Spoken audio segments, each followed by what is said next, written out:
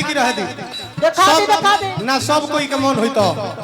देखा दी तो सब कोई तने खाली हाथ उठावे हां गिरल बातास शरण में खेसारी ला ले दो गिरल बातास शरण में तहरा बिना उठाई के बबुआ अंजनी माई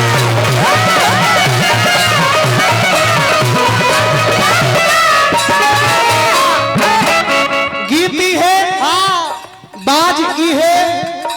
पावर स्टार पवन सिंह जी के कहल जा हां कि तहरो नाचे कबा यही लय पर हां तहु के नची है पवन सिंह जी केना गिरल बातास शरण में तहरा बिना उठाई के बबुआ अंजनी माई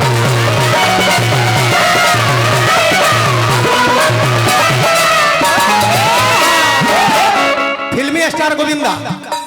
कलकत्ता में भेंट भई रहे हमरा हां एगो शो के दौरान गोविंदा भैया के नची है फिल्मी स्टाइल गिरल बातास शरण में तहरा बिना उठाई के बबुआ अंजनी माई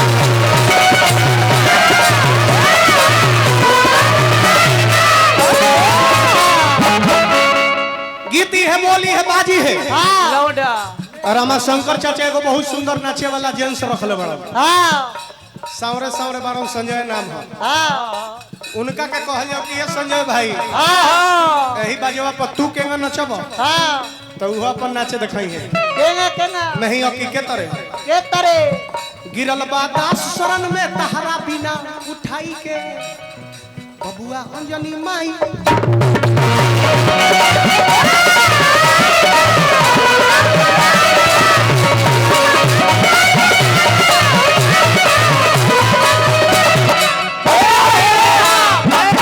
ओरिजिनल कोई नहीं होके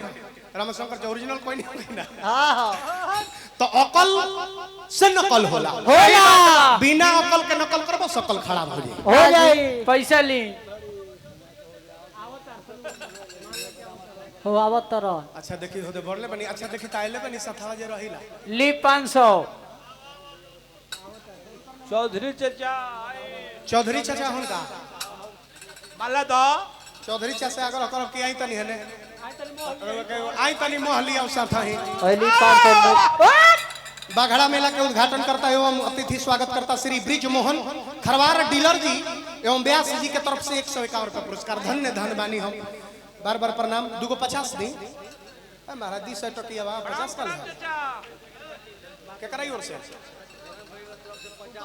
श्याम करण भैया के ओर से 101 रुपया का पुरस्कार हुए लोग के सामने मिला बार बार प्रणाम करो आशीर्वाद का प्रतीक्षा जय किशन यादव जी के ओर से पुरस्कार बना रहे जीवन उन्होंने रखे है नहीं अरे बाप रे रहुआ से पैसा लिए महाराज आई ऊपर पहले मंच पर आई पहले ऊपर आई ढेर लोग से मतलब आई ऊपर माला दिया पहले बोला के ऊपर देखत नहीं है देखिए हम चाचा कहता देखिए अच्छा यहाँ के मंच पर आवल जरूरी बा कि ना चढ़ी मंच पर आई जल्दी सारा पब्लिक के मन में आ जाए चाचा लयदार के ले जाए के ना चाहिए चाचा जी हां अरे वाह महाराज है नहीं पहले है नहीं चाचा के उठा के ले लो रामशंकर चाचा जी के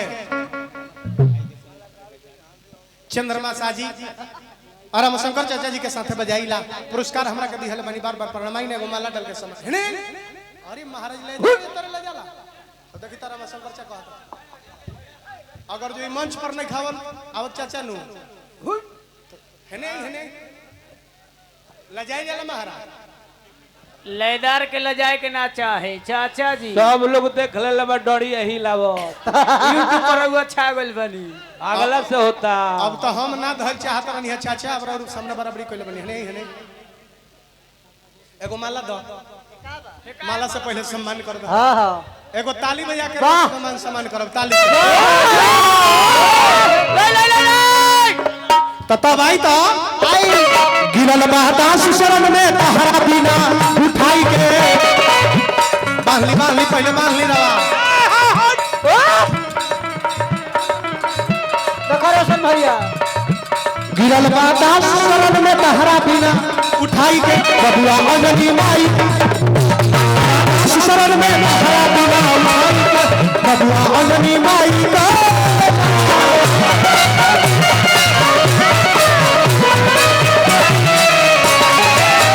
ताहर जय हो मरु बाटे धरम सरब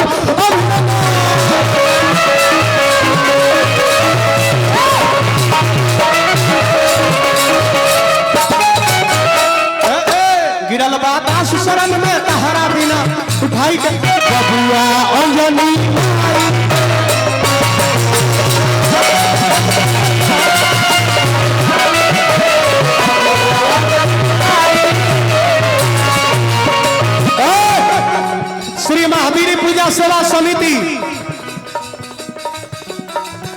बघड़ा सिवान जौन रोमेलो के सामने जोरदार दुगोला मुकाबला चलता।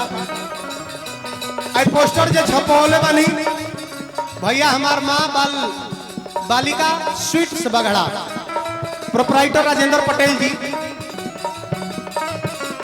151 रुपया हमारा के पुरस्कार दिहल बनी पौलगी बनाराय जी बनोले रखे।